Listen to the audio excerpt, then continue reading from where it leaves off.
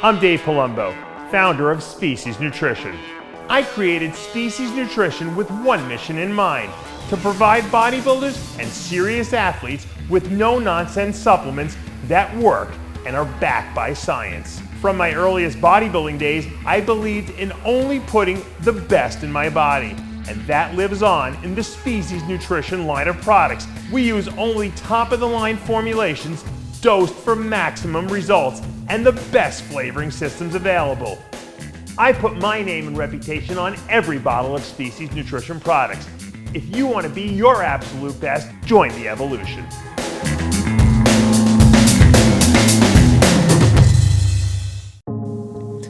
After working hard at the gym, you need a mattress that works as hard as you do. Spinalign has engineered the perfect mattress for you and your active lifestyle. Don't compromise your recovery with inferior sleep. Order your Spinalign mattress today.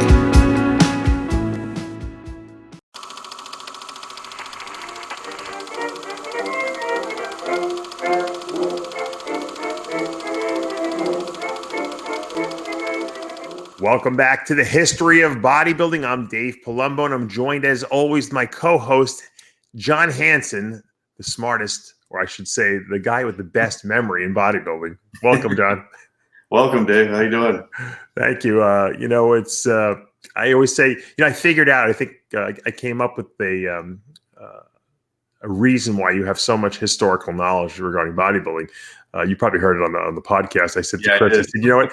I saw John Hansen was auctioning off some old magazines on eBay. I'm like, this guy has a full collection. I bet he actually probably reads them still. He probably, because they used to have some really good articles about what went on in the past. Joe Rourke wrote some good stuff, and Peter McGuff. And I said, is that where you get all your knowledge from, or you just have a really good memory? Yeah, I don't have all my magazines here, but I got a lot of them. And what I've been doing on my Bodybuilding Legends podcast sometimes is I'll take an old article and I'll read it at the end after I do my interviews and stuff. Oh, really? Yeah. I started with when Ed Corney passed away. Okay. He wrote this great article, I think it was back in '76, and he talked about training with Arnold. He talked about winning the America and the universe. It was really like an insightful, thoughtful article. Right. You really felt like you got to know Ed Corney just from reading this. And I was like, how many people are ever going to read this article? No one will. No one will ever. Yeah, because it was from 1976. So I read it on the air, and people really loved it. So I try to grab like one article every week now. That's awesome. At the end of my podcast and read it, because nobody has access to these magazines anymore. Well, I'm almost thinking that you're a fool for selling these things. Maybe they should be scanned in first, John. At least the articles that are worth, saving. You don't have to scan the whole magazine, but maybe scan some of the historical stuff in there. Well, I'm only selling the ones from like 1990s. Oh yeah, but that stuff is good. There's good articles. The 70s though, I'm keeping. But there's a lot of they went back and did articles in the 90s based on some of the older stuff. Yeah, I think that you should start scanning. I don't know what the best way. I guess to scan them in. Like almost like they would in a library, and then you could kind of chronicle them or something like that. I don't know how you do. Yeah. There's definitely these programs nowadays that can kind of collate all these things so that categories and stuff like that. Yeah. And this way you could actually make a website, like a historical website. And when someone puts up the money and we build the Hall of Fame, and I get you down here to run the Hall of Fame in your latter years, I should say, you'll have the whole microfilm. You'll have, all the articles scanned, and we can put them up on the TV set there and stuff like that. People can go like they're in a scribe in a library through all the microfilm. I'll be walking around like the old janitor. Yeah, I used to be a bodybuilder too one day. No, you'll still have the same bodybuilding outfit on. You'll still you'll just be a little older. That's all, Right. Something to look forward to. Look at Stallone. I mean, the guy, he's got to be 72, 73. I mean, he still looks pretty good. I watched that movie, Rambo: Last Blood. I did too. I just saw it. It was brutally violent. Yeah. Maybe even too much, but yeah. I love the character. So and he looks so bedraggled, like his face is so weathered. He's not really. His body looks amazing. He looks like he's probably in his 40s, But his face definitely might look like he's in his 80s actually. But but he had a lot of a lot of plastic surgery done to himself. And it's Clint Eastwood just turned 90 yesterday. Did you see that? So you posted that too. That's unbelievable, right? Yeah, he's still directing movies. That guy's unbelievable. Is he sharp? Have you heard any interviews with him recently? Oh, I think so. Yeah, I mean, I think really? Well, his mother lived, I think, to over 100, so he's got him in his genes, Yeah. He's a strange character too. He didn't really live it. He kind of was like a real loner like type guy. He had some like relationships, but nothing like really serious or anything like that. Yeah. And he was into himself, taking care of himself and stuff like that. Yeah. And so those guys live forever. People like that, He was only married twice. Yeah, and then he had a long relationship with what's her name, the girl who was in that Any Which Way But Loose. What was Sandra Locke? Yeah, Sandra Locke. Yeah. He never married her though. They had a bad breakup too. After 20 years, right? Yeah, and then they had lawsuits and paternity suits and stuff. Yeah, yeah. She was suing him for everything, which I don't blame. She was with him for so long, right? Yeah. She seemed like a whack job. Yeah, but I have to blame him too. He was with her for a long time, and then he kind of kicked it to the curb, And she was never a great actress, and he was putting her in all the movies. No, she was never. Totally tried to help her out. Absolutely, yeah. She probably never would have made it if it wasn't for him. Oh no, she would never went anywhere. Yeah. All right. Well, today's topic is we're going to talk about pumping iron behind the scenes because people love the gossip behind the scenes, and you seem to have some good knowledge there. Give us the background for the people who don't really know how pumping iron came about, because most people have seen it and they figure, well, this is the first real bodybuilding documentary. But how did George Butler start this whole thing? He had to obviously raise money first, and give me the backstory. Well, they did the book in the book covered the 1972 Mr. Universe and the 1973 Mr. Olympia. And they released the book in 74. And nobody thought this book was going to do anything because bodybuilding at the time was considered a very, very weird sport, kind of along the lines of like midget wrestling or, it was a roller derby. Remember roller derby? It was in that category, So the book was a huge, huge success. And because in part, I think because of Charles Gaines' great writing and George Butler's great photographs. Right. Photography. So they decided to do the movie in 1975, and they did not really have any money. So it was really George Butler who was the photographer who was doing it. Charles Gaines really wasn't involved in the film at all. Mm-hmm. So Jerome Gary, I believe, was the producer, and he had met George Butler when George was going, I think, to Cannes or something. So anyways, they decided to form a partnership, and they formed White Mountain Films, which if you remember the beginning of the movie, that's the production company that made it. Yeah.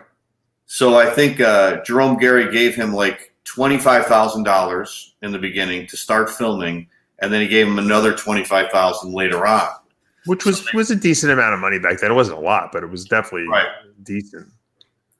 So an interesting thing that a lot of people don't know about is they needed to get Arnold in the movie for sure. They knew Arnold was a future star. Right. And when George Butler and Charles Gaines met Arnold in 1972, they were like, holy shit, this guy is like a movie star. They could see his charisma and see, the potential this guy had. It's just that nobody knew about him. He was just a bodybuilder.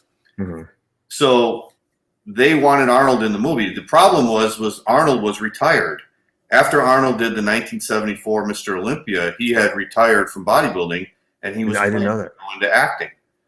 So his first big movie was Stay Hungry with Jeff Bridges and Sally Field, and they filmed that movie in April of 1975. So Jerome Gary, the producer, and George Butler went to Birmingham, Alabama, and they approached Arnold, and they told him they wanted him to be in the movie Pumping Iron, but he had to compete in the 1975 Mr. Olympia. Right. So Arnold said, well, no, I'm out. I'm retired. I'm getting into films, and this is it. This is my new career. Right. So they actually gave Arnold $50,000 and 5% of the net grosses of the movie if he would be in the movie. Wow. And then AMI wouldn't give Kai Green any money to appear at the Olympia. Arnold got $50,000.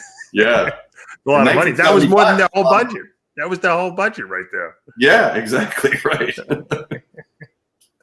So Arnold filmed Stay Hungry, and of course he had to get down and weight for that movie because he was in the movie with Sally Field. Right. So Sally Field was small, so the director wanted Arnold to be 210 pounds. Oh my God. Where normally he was like 240 or 250. Yeah. So Arnold had to get down to 210 pounds for the movie Stay Hungry. And then after the movie was over, Blow up. Yeah, he blew up. And if you remember the beginning of Pumping Iron, where he walks in the gym and Eddie Giuliani jumps on his arms and stuff, when he goes up to the desk, you could see how small Arnold is. And that's when he had just gotten back from filming Pumping Iron. In fact, Ken Waller's sitting behind the desk, and Ken says, "Oh, you just got back, huh, Arnold?" You know, because he just got back from filming Stay Hungry. So that's funny. And then Arnold had to blow up for the movie, so he had to get big. I think he only had like 12 weeks to get ready. Wow. So he was a hyper responder too then. Oh, yeah. Yeah. It's just like with Roney. And he went into the contest. He only weighed 225 when he won that 1975 Mr. Olympia. Interesting. And the year before, when he won in 74, I think he was like 238. Oh, wow. Oh, so that was a big difference then. Yeah. Yeah. But it was still good enough to win, you know, as we all know. Yeah. Yeah. So when Arnold decided to sign on for this thing, did they tell him that, look, we want you to do act a certain way? You think, did they set up a lot of those scenes, or do you think that Arnold actually just was acting like Arnold? I think he was just acting like Arnold. And actually, this was the movie that really captured his personality, I think, more than any other movie, because he was playing himself. Yeah, exactly. But he made up a lot of stories, you know, like the story about when he was talking about when his dad died and he didn't go to the funeral. I think this is the scene right here, right? I got his picture. Yeah. Yeah. So actually, he never did go to his dad's funeral, but it had nothing to do with he was getting ready for a contest. His story was that he didn't know about his dad's death until later, because him and Franco were out of the country doing a posing exhibition or something, and then he found out about it, and then it was too late to go to the funeral, so that's why he didn't go. And I think his dad died right after he hurt his knee. Do you remember that story? He hurt his knee. He was in 1972. After he competed with Sergio in the Mr. Olympia in Essen, Germany. Right. He was doing a posing exhibition. And remember back then in the old days, everybody stood on a platform. Yeah. On a posing platform. So I forget where he was doing the exhibition. It was somewhere in Europe, and they didn't have a posing platform. So Arnold decides to try to make this posing platform himself. And while he's on the platform collapsed, and he ended up really screwing up his knee. He broke his kneecap. Oh, I didn't know that. He should have got Franco to build it. Evidently, Arnold wasn't that good at building things. So he had to get knee surgery in 1972, and I think he was recovering from that when his father died, and that's why he didn't go to the funeral. Wow. But he kind of made that story up for the movie Pumping Iron, and if you watch the movie again, you can see when he's telling the story, he's like smiling. Yeah. So you can see he was just like making. Oh, he was fibbing. He was making bullshit up. Yeah. Yeah. Which was still pretty hardcore. It was actually it would have been better of a story if he was dieting for a show. This was worse, that he was just recovering from surgery. I mean, right. I guess someone had heard the story of a French bodybuilder who didn't go to his dad's funeral because of he was getting ready for a contest. So they decided to use that guy's story. Oh, I guess it in the movie. It definitely made Franco's career too. I mean, Franco became a household name because of that movie too, and Franco could barely speak English in that movie, you know. Right, and they did go to Sardinia, Italy, and they shot, I think, for like a week or two out in the mountains of Sardinia, and they shot Franco's mom and dad. And there was a funny story that Franco took him around. He said there was like ice on the lake out there in Italy because they lived so far up in the mountains. Right. In Sardinia. So Franco broke through the ice and he caught some trout and he cooked them trout at night for dinner. Oh, did he really? Oh yeah. My God, that's funny. And then George Butler had to sleep in a bedroom with 5 of Franco's sisters. And he's like, wow, this is great. And then he looked and his dad was sitting out the window the whole night. Oh my God, that's so funny. Yeah, but they used a lot of that footage in the movie, so you got to see Franco's mom and dad, and you saw him in the village and everything, so that was pretty cool. Yeah, but it wasn't that long. I would love to see the whole. I'd like to see them re-edit that, like just Franco's part, right? I mean, yeah, the movie's 85 minutes long, and they filmed over 100 hours of footage. wouldn't you love to see? But I know Butler probably is in another world now, but I would love to see Butler re-edit some of the footage that we have never seen. Now they did come out with some extra parts that we hadn't seen. I know on DVD, but I mean, there's got to be some seriously good footage in there. I mean, well, from what I heard, Arnold bought the footage from Butler. Oh, really? And I think this was before he ran for governor. Okay, so well, now he's done. There must be some controversial stuff in there, some stuff he said or something. Who cares now? He's in his 70 now, whatever. I agree with you, David. There's so much great footage. I mean, we would love to see that. I mean, I want to see Arnold, and probably the Louis footage is probably hysterical too. I'm sure there's great Louis stuff. Yeah, it's got to be. With him and his father arguing with each other or something like that. That this footage alone has got to be amazing. And wasn't Mahalik originally supposed to be in the movie too? I think they have Mahalik footage that they never used because he got in that car accident, right? Yeah, from what I read, Mahalik was training with Lou when they were going to start filming the movie, but they thought it would be a better storyline to have Lou's dad in there. And in reality, Lou's dad never really trained him. No, I know that was the whole made-up thing. Yeah. But they thought it would be cool to have this storyline of his dad pushing him and stuff, and they went to Lou's house and they filmed them all having dinner and everything like that. It was pretty funny, but I think Mahalik being a lunatic, training, I think that might have been more interesting for the bodybuilders. Maybe not the general public, but definitely the bodybuilders. Well, Mahalik, I think, was supposed to move to California that year. He's going to live with Roger Callard, and they were going to let him go in the Olympia. But then he went and trained at he competed in the Nabomester Universe, and he won his class. So, how the IFBB was back then. They sanctioned him? Yeah. But, when he came back, he got run over by a dump truck. And that's what really screwed him up. Yeah, that's crazy. But it would have been interesting if he would have been in it. Oh, absolutely. And the funny thing is that I love the whatchamacallit. I love the scene where what's his name? Louis and Serge Nubret and Arnold were posing down. Yeah. And everyone thought, I was rooting for Lou when I saw it. I saw it as a little kid. I didn't know who was going to win this show. Yeah. I thought Lou had a chance. Yeah, I didn't. I was I knew the Incredible Hulk. That's what I knew. Yeah. And Serge Nubret comes in there at the last minute and beats Louis, which was really kind of demoralizing for the whole movie because the whole movie was billed as Arnold versus Louis. I mean, why they had no footage? Well, you told us that story. What happened with Serge Nubret, right? They weren't going to let him compete, right? Well, there were several stories about that. Serge Nubret at the time was the vice president of the IFBB.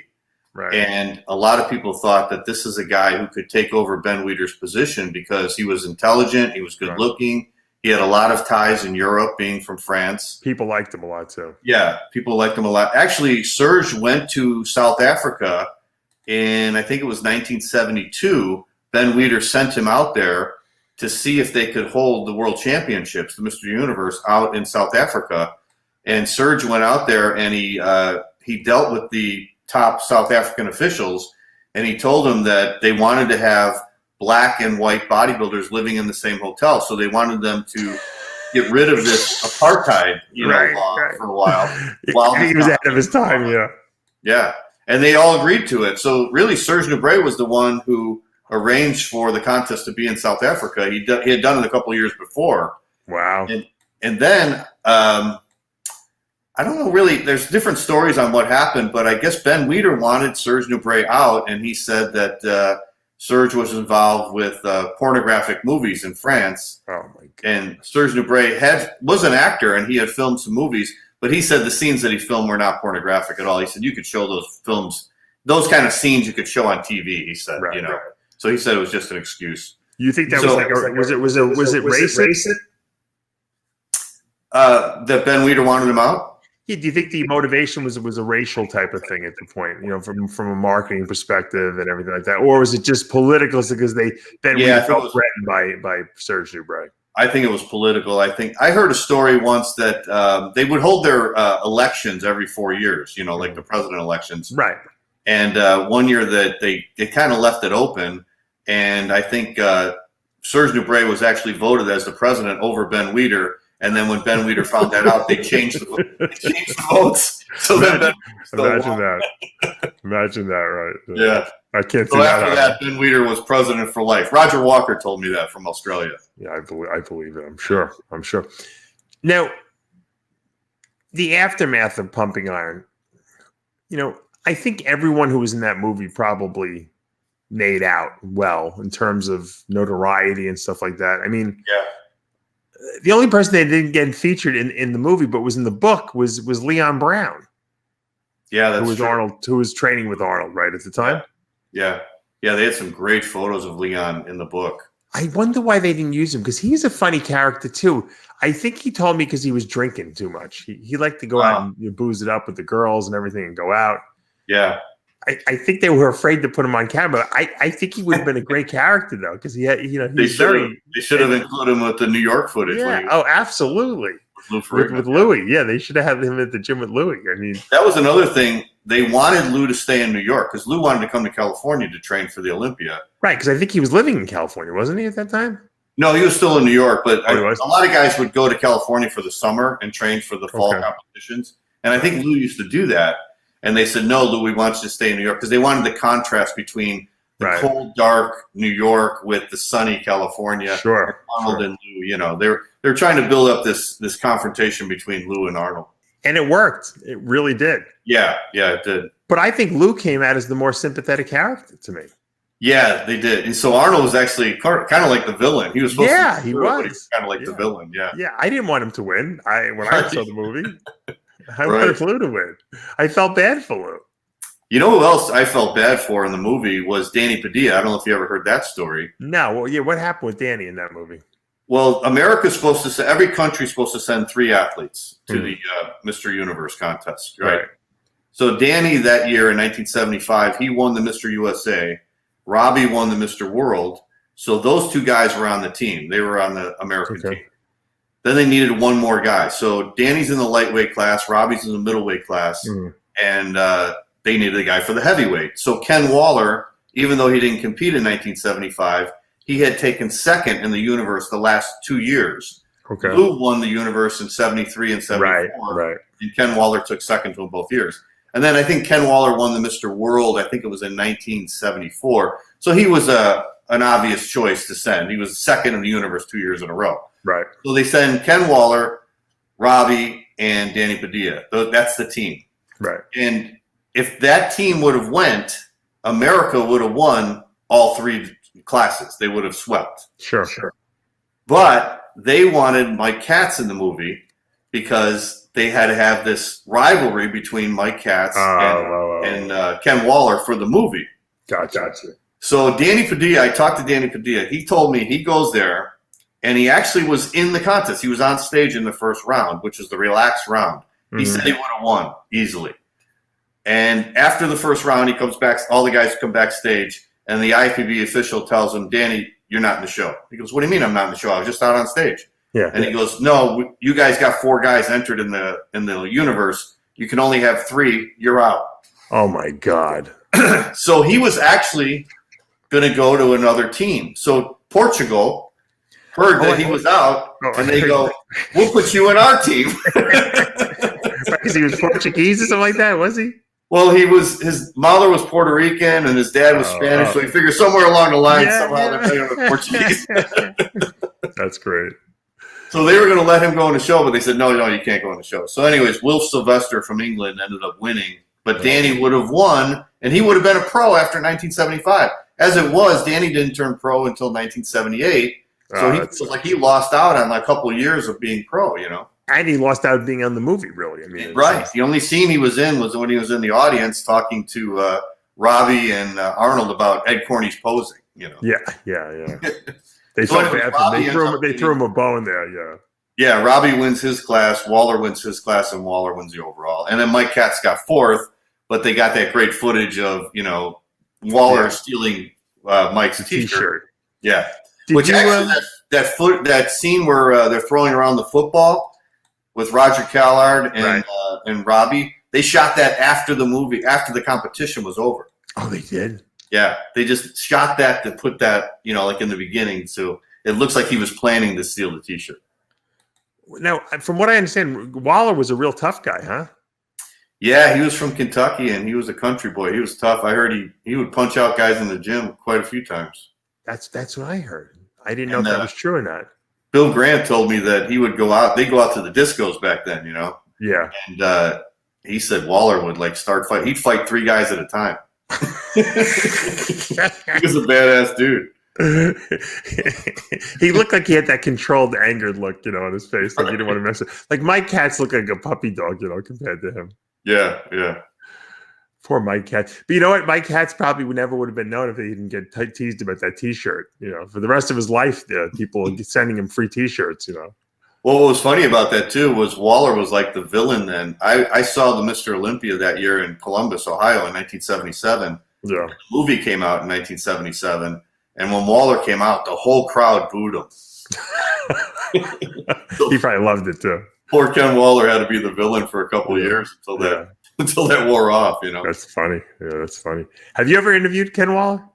No, I've been trying to get a hold of him, and he's just really hard to get a hold of. And I guess he doesn't like doing interviews. So. Oh, really? Yeah, I was thinking maybe trying to get him on my show, but I that's what I heard. I heard he didn't like to do interviews. Yeah, I'm still trying to track him down. You've got some good characters on that Legends podcast. I think those guys like the audio better than the video aspect of it, because it's like they don't feel as they feel like they can sit to go on the telephone. They're comfortable with the telephone. Yeah. Well, thank God for Zoom. I've been using Zoom lately because Skype is hard for them to use because I know. They don't know how to sign up for it. I know. That's why I use the StreamYard. They just click on it, you click the link, and it's pretty easy. Also, yeah, it's like Zoom. Well, it's funny if you had to get one takeaway from this whole pumping iron thing, because I mean, we all enjoyed that movie. It was, I could probably recite most of the movie. Me too. I've seen it so many times. I love the Louis and his dad scenes, and yeah, it's just there's so many classic lines in that movie. I mean, it has endurance. That movie, it will never get old. It's like a timeless type of movie. You think they could ever make something like that again? I know Generation Iron tried to make the next the evolution of bodybuilding, the next part of it, but to me, it didn't come off as sincere. What would it take to make another movie like that? And can they? Do they have other guys as compelling nowadays? Well, I think there's a lot of guys out there today that have great personalities. We don't get to see them, I think, because the magazines are gone, so we don't get to see maybe their personalities as much. But that's the smart thing that George Butler did with that movie. He knew that if they focused on just bodybuilding with the workouts and the muscles, they weren't gonna get the average person. The average person would be like, "What is this?" Especially back in 1977, because people didn't understand what bodybuilding was at all. Mm-hmm. So what he did was he focused on the personalities. You had Arnold, who has a great personality. I mean, he's just got charisma like crazy. But then you kind of felt sorry for Lou Ferrigno, because he was the guy who was trying so hard. You definitely felt sorry for Mike Katz. Yeah. Mike Katz was the guy that kept coming back and coming back. Took him 8 years to win Mr. Connecticut. Yeah. And he was just like, the underdog, but he wouldn't give up, and you had sympathy for that. And that one of the greatest scenes in that movie is when the camera is on Mike when he's in the dressing room. Yeah. And, and his head is down. I mean, everybody can relate to that. So that's what they did, was they focused on the personalities, and that's what made the movie so enjoyable. And so, that's why the critics loved it. When that movie came out, the critics really loved it. And I remember living in Chicago at the time, and we had Siskel and Ebert, and both Siskel and Ebert gave it a thumbs up. They did? I didn't even know that. Yeah. That was my cat, by the way, moving the camera. Oh. The right camera. He's like, time to wrap it up, Daddy. Well, I want to thank you, John, for coming on the podcast again, and of course, giving us the background on pumping iron. We love it. I think that I saw you and Chris going back on Instagram, on Messenger and or text message or whatever. Yeah. About I'd like to do a show on the Mr. America. Contest, the history of the Mr. America, and some of the great champions we had. I think that would be a really enjoyable show for a lot of people, because that was the title people wanted to get back in the day. Now we know it as the NPC Nationals, right? Isn't that what basically became the Nationals? But Mr. America, to call yourself Mr. America, and that was the greatest title of all time. I mean, Mahalik made his whole his whole career on that. Mr. America. He had the gym, Mr. America. Everything was Mr. America. So let's plan to do that in a week or so, and we'll go back and we'll cover some of the greatest Mr. Americas of all time. That's a great idea, Dave. I can look forward to that. All right, goes. For now, though, we're out of time. I'm Dave Palumbo. I want to thank John Hansen for joining us once again for RX Muscle's Bodybuilding History.